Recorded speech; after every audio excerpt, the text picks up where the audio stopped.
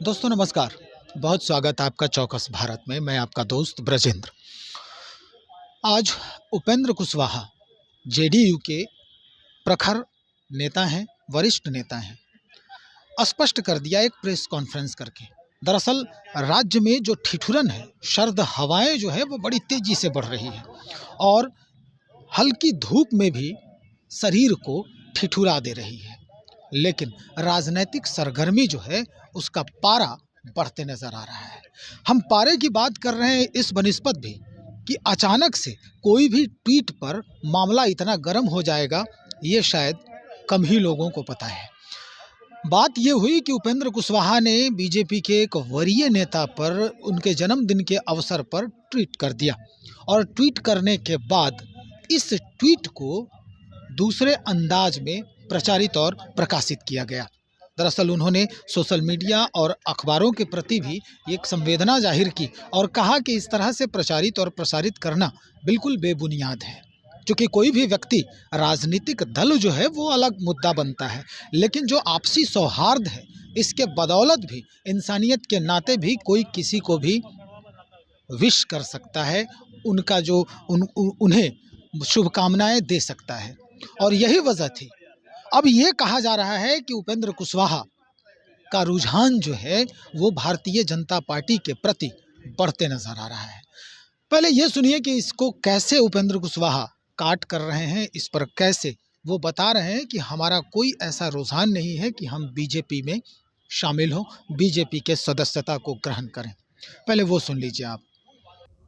अभी कहा गया एक खबर में 14 जनवरी को संक्रांति के अवसर पे हमने एक भोज रखा है दही चूड़ा का। उसके निमंत्रण के बारे में, उसके आयोजन के बारे में एक जगह खबर छपी, एक सामाजिक संगठन के बैनर से इस कार्यक्रम का आयोजन हो रहा है। कहीं सामाजिक संगठन इस कार्यक्रम के आयोजन में नहीं है।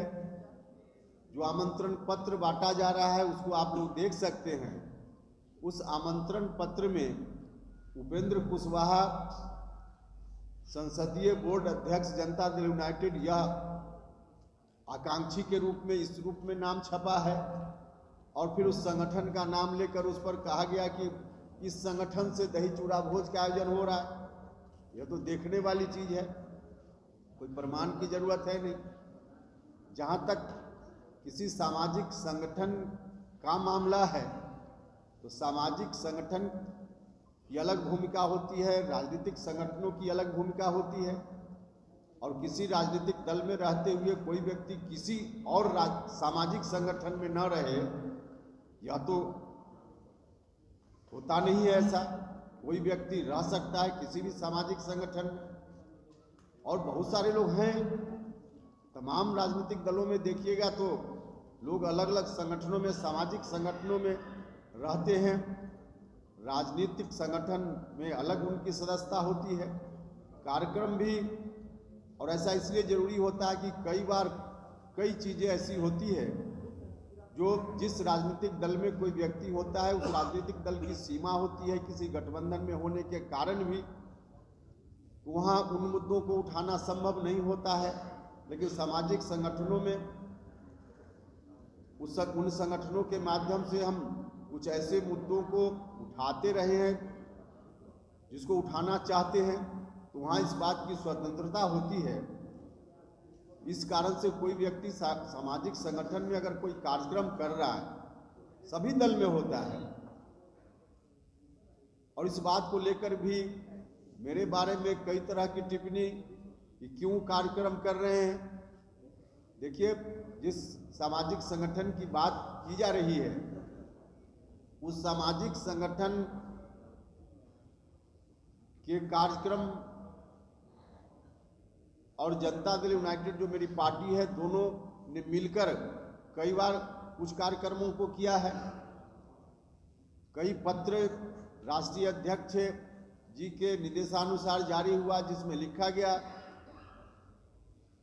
कि उस संगठन के साथियों के साथ मिलकर कार्यक्रम पार्टी करेगी। तो ऐसा कहीं से कोई पार्टी और उस संगठन के बीच कोई मामला ही नहीं है, क्योंकि सामाजिक संगठन है।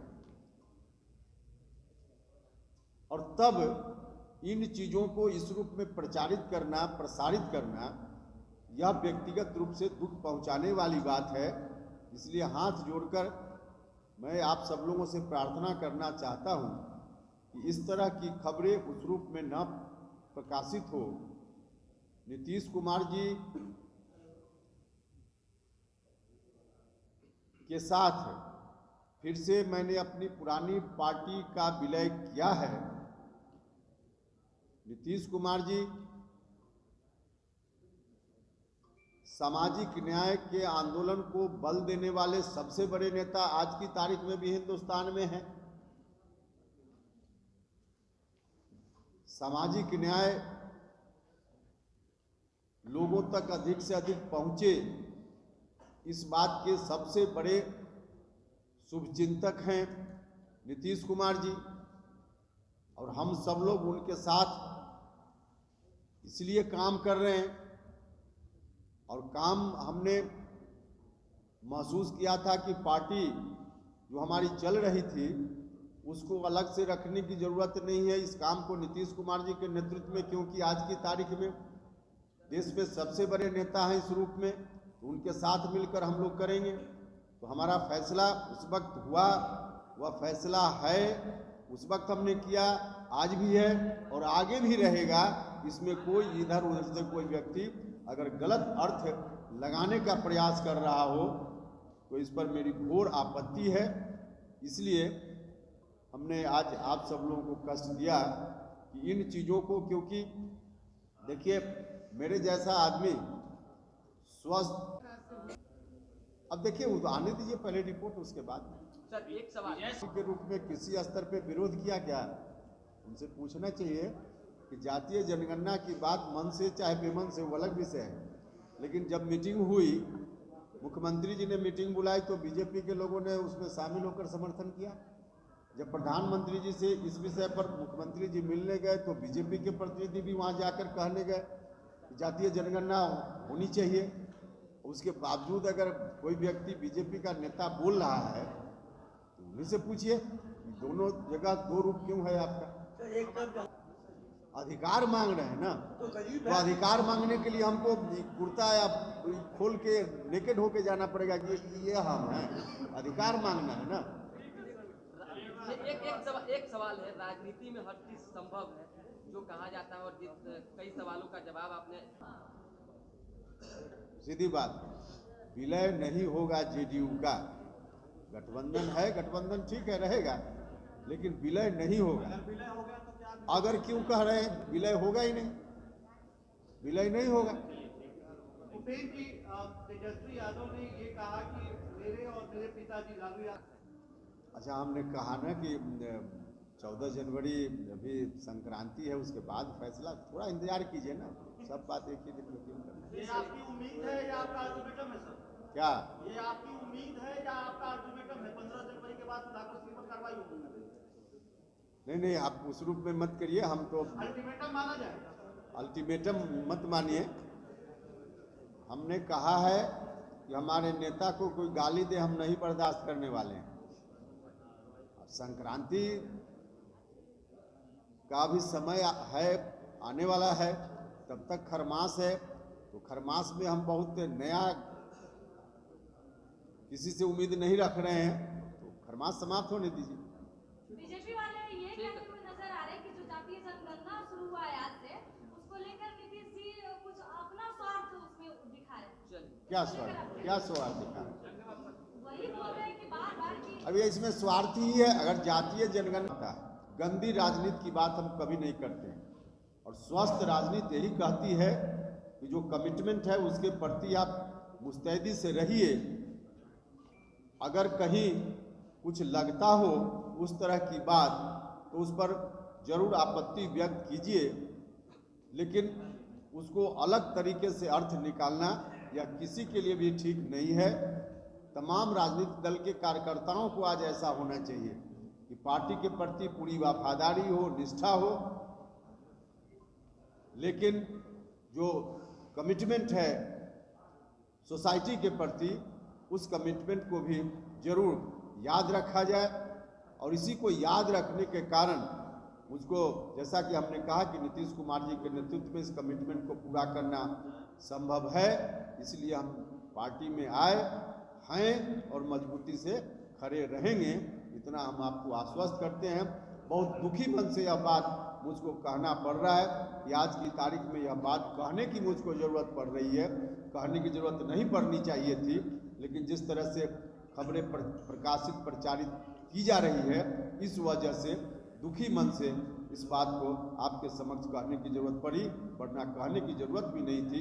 सब लोगों को मालूम है मेरा कमिटमेंट किस तरह से चलता है। बस यही कहना। तो गलत चर्चा है। कमिटमेंट किसके साथ कहाँ क्या हुआ ये आपको कैसे मालूम? यह जो अर्थ खुद से कोई लगा ले रहा है कि क्या कमिटमेंट हुआ, अर्थ खुद से न लगाया जाए और बाकी जो कुछ भी आप कह रहे हैं तो यह पार्टी निर्णय लेती है ना। नहीं कुशवाहा जी, पार्टी निर्णय की बात है। जब आप आए थे जेडीयू में अपनी सरकार में किसको कहाँ रखा जाए नहीं रखा जाए, यह मुख्यमंत्री जी का निर्णय होता है, उस पर मेरी कोई टिप्पणी नहीं है। यह निर्णय मुख्यमंत्री जी को करना होता है, उन्हीं का जिम्मा होता है। सर, आरजेडी के जिस विधायक के बयान से आपको आपत्ति है, वो विधायक ने बयान दिया है और दावा किया है कि पार्टी 100% उनके साथ खड़ी है। और इतने दिनों से आप बोल रहे हैं, लेकिन अब तक कार्रवाई की बात तो छोड़िए, उस पर किसी तरह की प्रतिक्रिया। देखिए, इसमें बहुत लोग कई बार अच्छा काम करने के लिए खरमास समाप्त होने का भी इंतजार करते हैं, तो थोड़ा इंतजार कर लीजिए। सर, सुधाकर सिंह जी का एक बयान आया है। काम करने के लिए खरवास का इंतजार किया जाता है, ये तो हटाने वाली बात है। मुख्यमंत्री पर उन्होंने इतनी घोर आपत्तिजनक बयान दिया, उसके बाद भी आपके कहने के बाद भी उनको हटाया नहीं जा। और दूसरी तरफ ये भी कह रहे हैं जग्गानंद जी कि प्रधानमंत्री बनने के लिए लालू जी ने तिलक लगा दिया है, अब जाए वो।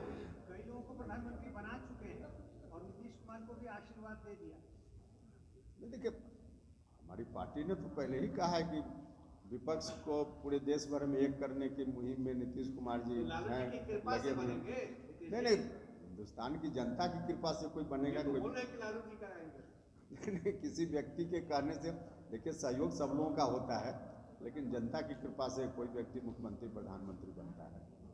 अगर ऐसा होता है कि प्रधानमंत्री का वो चेहरा बनते हैं, खबरें आ रही थी पहले। देखिए, फिर यही सब भ्रामक बात है। जेडीयू का विलय होना न होना मुख्यमंत्री जी ने खुद ही साफ साफ कह दिया है। मुख्यमंत्री जी ने खुद साफ साफ कह दिया है कि सवाल ही नहीं उठता है कि जेडीयू का विलय हो। जेडीयू का विलय कैसे हो? गठबंधन हमारा है। ये बात स्पष्ट नहीं हो पा रहा है।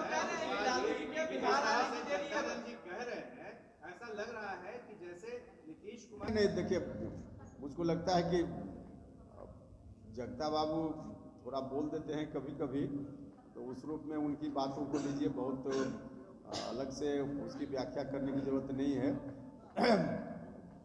हमने कहा, फिर हम वही कहेंगे कि देश की जनता, बिहार की जनता मिलकर किसी को मुख्यमंत्री प्रधानमंत्री पिता पुत्र की भी है, क्योंकि पुत्र कह रहा है शिखंडी है, नाइट वॉच है। देखिए, उसके बारे में तो हमने कहा, पिता कह रहे हैं कि लालू जी ने तिल लगा। देखिए, हमने तो एक दिन और कहा है, मुझको फिर दोहराएंगे कि मुझको इस बात पर है आपत्ति कि जिस रूप में माननीय विधायक सुधाकर जी ने जो कुछ बात कही है या कह रहे हैं अभी भी, और फिर उधर से जो बयान राष्ट्रीय जनता दल के प्रवक्ता का भी आया, जब हमने अपनी आपत्ति दर्ज की, तब दोनों लगा कि स्क्रिप्ट कहीं एक ही जगह से लिखा गया हो, ऐसा मैंने महसूस किया है। तो इसका तो की बात कर रहे हैं। राष्ट्रीय जनता दल के बारे में हम बोल रहे हैं कि उनके यहाँ जो हो रहा है, हम अपनी जेडीयू का नहीं हम कह रहे हैं कि जेडीयू में स्क्रिप्ट वहाँ से लिखा जाए। जेडीयू महागठबंधन के नेता नीतीश कुमार हैं, इसलिए राष्ट्रीय जनता दल को खास के इस विषय पर निर्णय लेना है। राष्ट्रीय जनता दल को सुधाकर जी वाले विषय, तो इसके बारे में हमने कहा कि सुधाकर जी का बयान और फिर उनके प्रवक्ता की प्रतिक्रिया, इसके बारे में हमने कहा कि स्क्रिप्ट कहीं एक जगह से लिखा गया हो, ऐसा लगता है। देखिए, मंदिर कोई भी मंदिर है, मंदिर राम मंदिर हो या कोई मस्जिद हो, इबादत और पूजा का स्थल है, उसके बारे में तो वैसी टिप्पणी मुनासिब नहीं है। लेकिन हमको लगता है कि जगता बाबू ने इस बात को लेकर कोई टिप्पणी नहीं की है। नहीं, हमको लगता है कि जिस तरह से बीजेपी के द्वारा इस मुद्दा का इस्तेमाल हो रहा है, इसके संदर्भ में उन्होंने कहा कि वो राम मंदिर नफरत और उन्माद का मंदिर है, गरीबों का मंदिर नहीं है, राम वहां बसते ही नहीं। देखिए, आस्था की चीज है, इसलिए हमको लगता है कि उस मंदिर विशेष के बारे में उनकी टिप्पणी नहीं होगी। किसी भी मंदिर के बारे में कोई व्यक्ति कैसे ऐसे कहेगा।